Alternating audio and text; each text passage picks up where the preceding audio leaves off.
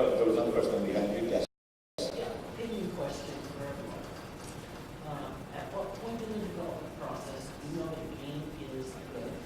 And what are the top 2 characteristics of the game? Easy question. Yeah. Mr. Sohl? My game experience of getting it shipped in is actually pretty small. I only had 2, and as Smash, I knew it was good early on, and I made it better. B17 was during my deadlines, and I was exhausted, and I just wanted to get it out. So that my experience is not enough to help these other people. I think when everybody wanted to test it, and had fun doing it, when it'd be like, in our little cubicle, and somebody walked by and they'd see how much fun they were having, they go, that's going to be a good game. That's right. Yeah, Dave, you have a story on that, right? Well, yeah, I mean, if it's the Mind Strike story, I, was working on tuning in, getting people involved and helping out, Mike Breen and Mark Roney especially.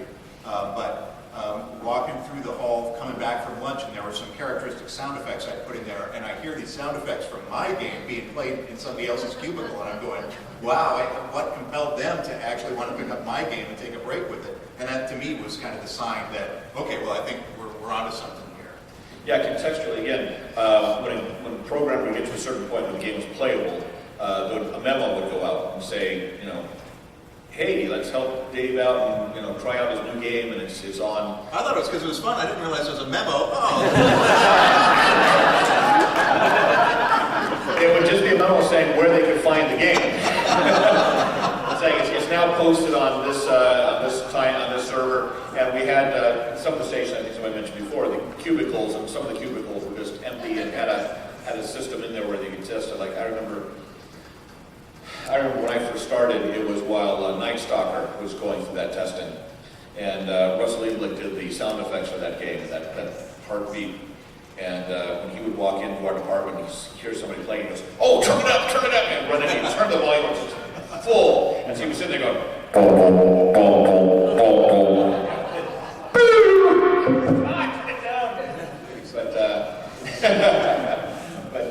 yeah, so when you heard people playing the games, I guess I would love to have that experience.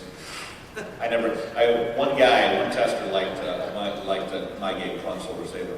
And he'd come and say, yeah, kids like that game. I say, really? And I never heard anybody playing it there. And Dante was turned into a birthday cake. For his 30th birthday, they made a Utopia birthday cake. So that's that thing, it says, once it's a birthday cake. Anybody else have an opinion on that? You heard the other people testing it.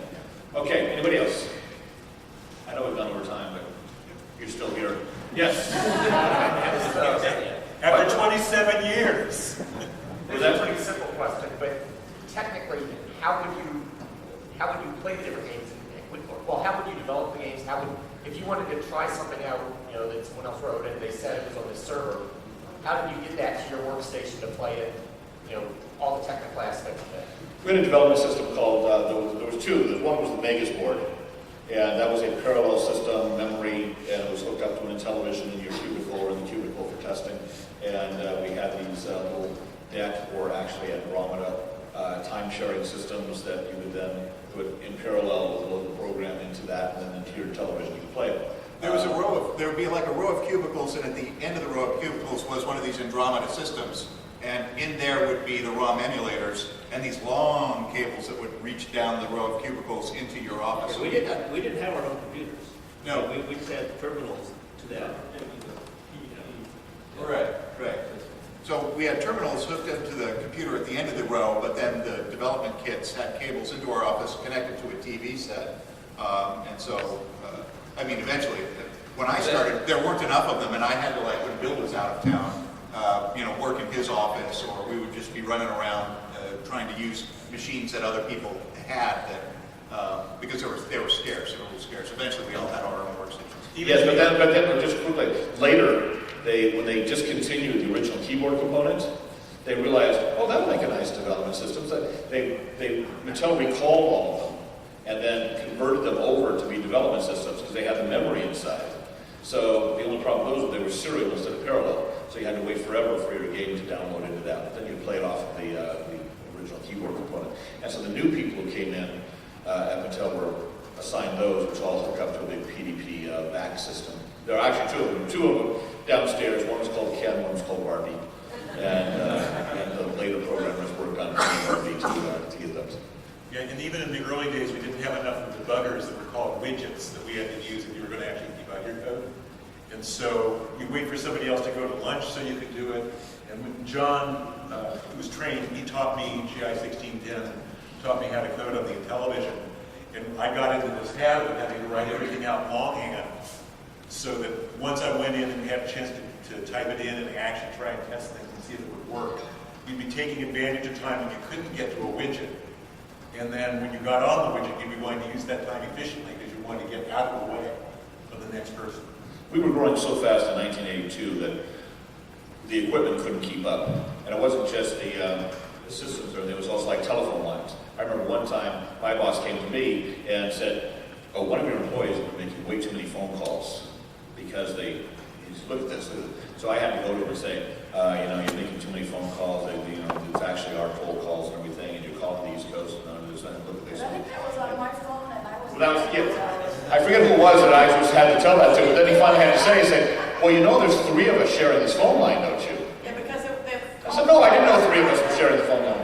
It was Karen's phone, and the actual perpetrator I had to go talk to in the end. Your perpetrator was innocent, my perpetrator was guilty. But it was just because we're all sharing stuff. So yeah. So there's another question back here. Well, I had a very general question about the Intellivision 3. Did any of you work on it? Was there like excitement about it, or was it kind of like my Intellivision? Now's our chance to clear this up, Don. Intellivision, basically, quick intro and let you do the number thing. Intellivision 3, or our advanced box, as the numbers kept changing, we were working on. Was Intellivision 2 for a long time? Yes. Started out as Intellivision 2. It was an Amiga-like device, is the best way I can describe it. 68,000, Warhol 68,000 base processor. And bit planes, a lot of stuff. I later had Amiga number 8, I think it was, on my desk at Electronic Arts when EA started supporting the Amiga at the very beginning. And I kept looking at it and going, this is like our box. Yeah, that was a guy named Dave Chandler, who was the real kind of, in Mattel, the father of Intellivision. And he was in charge of that project, so he had his own team. It was actually physically in a different building out Rosecrans Boulevard. And I only got to work on it one time because they wanted to show some game screens. And so I was given the manual, I was given the pages only related to the resolution and the color palettes that were available, because I wanted one of my artists to do a mock-up of what a screen would look like on that system. So that's the only thing. Now, one thing, later, I only learned this very, very recently, we kind of figured this out. I talked to some people in design and development, and they had been told that Mattel had intended to do a line of arcade machines. And, oh yeah, we were some arcade machines. And so they were trained in 68,000 programming, because they were told these arcade machines in 68,000. Didn't figure out till later that, no, they were really being secretly trained to work on this new Intellivision. And the thing that Don and I were joking about here is that again, because they kept changing the original Intellivision, now this new one was going to be the Intellivision 2, but then they came up with a way to make the chips cheaper by mass production, so that became the Intellivision 2. And so then it became the Intellivision 3. And so everyone talked about this as the Intellivision 3. But then when ColecoVision was coming out, Glenn Hightower over at APH said, if GI would just make a new stick chip, we could still use the 1610 processor, still be compatible with the old games, and have resolution and everything that's better than the ColecoVision. So that became the Intellivision 3. And this Amiga-like thing, the 68,000, became the Intellivision 4. Now, in a speech that Don gave a little while ago, a few months ago, to eliminate all this number thing, he just referred to that as Intellivision Next. Yeah, the Intellivision Next, the Intellivision Next is that. Now, that has suddenly become on the web that we had a thing called the Intellivision Next.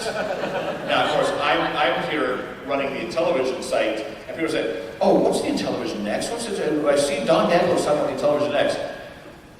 No, it's just the numbering system. He didn't want to get bogged down in all the numbers. Right, Don? That's right, there is no Intellivision Next. I deny all allegations that it ever existed, and please, I love my family. Put that on Wikipedia, guys.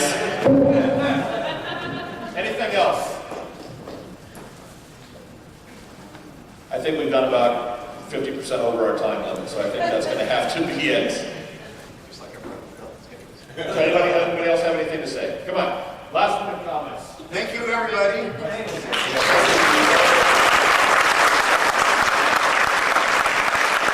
By the way, this is, if you haven't noticed, this is the 30th anniversary of the national release. The Intellivision was test marketed in Central California in 1979, but the national release was 1980. So this is 30 years of Intellivision. And this is the plug. I got to get the plug in. Right now, you can get it on iPhone, iPad, Microsoft Game Room on your Xbox 360 Live, and the DS version will be released in September. Yes.